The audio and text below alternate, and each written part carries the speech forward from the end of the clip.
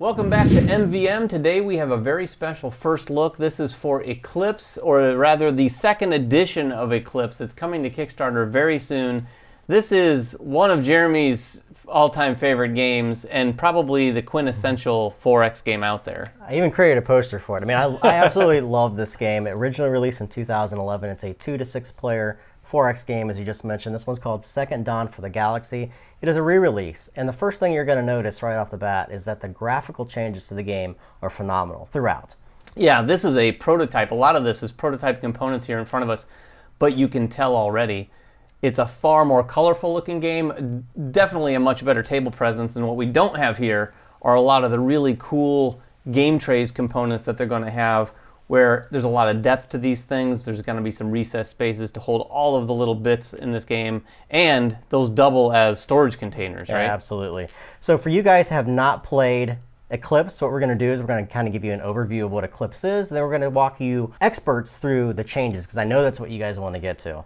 First off, if you guys have not played Eclipse before, it is a 4X style game. That means you're going to be going out and exploring the galaxy, colonizing it, having diplomatic relationships with other players, or being super aggressive and trying to destroy everyone at the table. It's going to take place over an X number of rounds. In this case, the game has been changed from 9 rounds to 8 rounds, so it's been condensed just a little bit. Slightly more accessible. 2 to 6 players. Each player is going to be represented by a species board. These species boards are double-sided, so one side's going to have the human of a particular color, and the other side's going to have the alien race of that same particular color.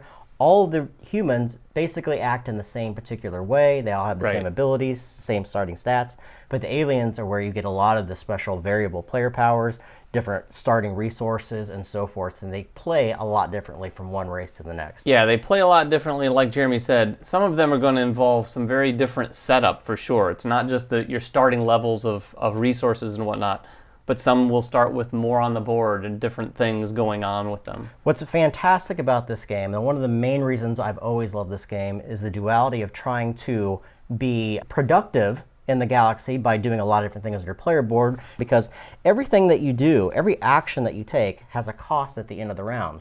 And if you can't pay that cost, you actually are eliminated from the game, which happens very rarely in the game, but it can happen for those people that are just trying to expand too quickly. Yeah, you have to be really careful because, like Jeremy said, you can do whatever you want, but you have to, there's a dynamic that exists between what's going out on here and going on with the player board, because the more you do, the more it's going to cost. There's also similar dynamics with all of the resources in the game as well. Yeah, it's because the resources, which are your science, your materials, and your money, also act as your population cubes. So as you populate new areas, you're obviously getting more resources, but you're having more cost to upkeep them through the course of the game. A fantastic dynamic within the game.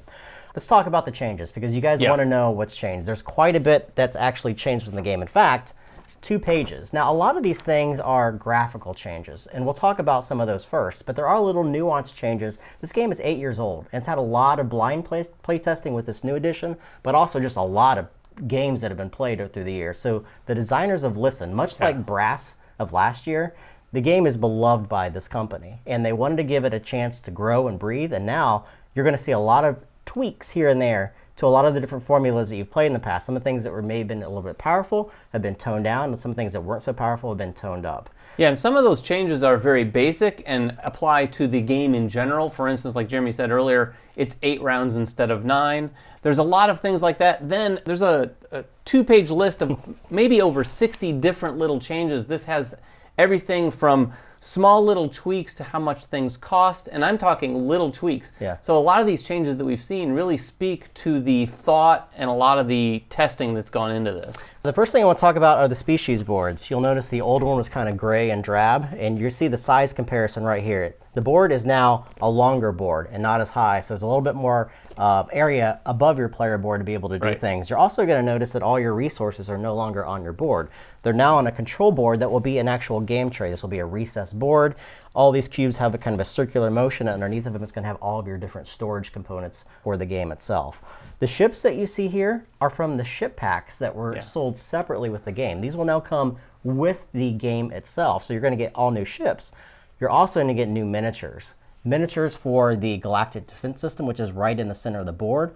all of your ancient ships. Now these are 3D printed, but these will be final ships in the game. And the orbitals. The orbitals are fantastic. They're 3D models, and they actually hold the population cube right on them, which looks fantastic. Very cool. The dice are now going to have bursts on them, so any of yours that have a 6 on it will not have burst according to whatever kind of weapon that may be. Your ones are going to have a blank side on them. There's a lot more ship tiles, a lot more upgrades, a lot more discovery tiles. There's some things we can't talk about either, so we can't talk about some of the stretch goals and so forth, but let's talk about some of the basic tweaks that you're going to see in the game. The main thing that I saw, and I've gone through all the different components, I'm pretty familiar with Eclipse, is the computer terminals. Now, in the past, the computer terminals would grant your targeting systems better, but they'd also help you with initiative. So certain ships would be able to battle a little bit quicker. Initiative's actually been removed off the targeting computers and is left with your drives, which makes sense thematically. Yeah. Now they're not as powerful as the past ones, but they're still super important because they allow you to hit other ships a little bit better. Yeah, there's also some really cool changes. I spoke earlier of some general changes. One of those is when you pass, you're going to flip this tile over, and you're going to be first player in the next round. But in this new version of the game, you're also going to get a little bit of money when you do that. Absolutely. So you didn't get that before, so it's that much more incentive to make that look a little bit more appealing. One of the other main changes is diplomacy in the game. Now, you can have diplomatic relationships with other players, and it works in the exact same way. However, in the original game, when you had a diplomatic relationship with someone at the table, you could not pass through the tiles that they had influence discs on them. That would initiate combat right then. In this game, you can actually pass through friendly territories. You just can't end your turn on there, which makes sense thematically. If you end your turn there, it's going to create conflict. And also, if they have ships there, I believe when you even pass through there, if they have ships there, you're going to create conflict. But it makes the diplomacies a little bit more thematic for sure. There's been subtle changes to a lot of the different species. Some of them have been tweaked, not only with their abilities, their starting resources, also their starting tiles may have been changed. One of the ones I see right off the bat is the planter race has been changed just a little bit. A lot of the tech tiles, as we previously said, the tech tiles for the computer drives have been changed.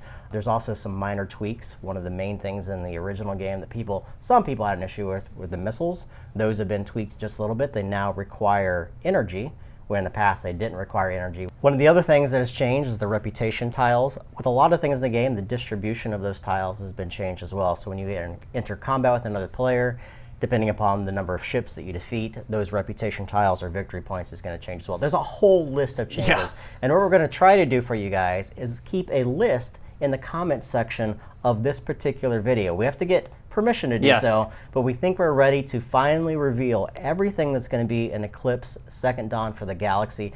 Also, this is going to post right before Origins. We invite you guys to come find us. I'm going to take this copy with us to Origins. I'm going to try to get it played. We're going to try to do a live play of the game as well. I'm so excited to try this new version, see what tweaks have been added, and see how it actually plays out within the game. If you guys have any questions about the game, make them in the comments below. I've read through the rules multiple times. I know most of the changes in the game. Subscribe to us, follow us on Twitter, like us on Facebook. Go back Eclipse. I believe it's the 1st or 2nd week of July. Yeah. Get excited, guys. Eclipse Second Dawn for the Galaxy. We are Man Vs Meeple, and we will see you guys next time. Bye-bye.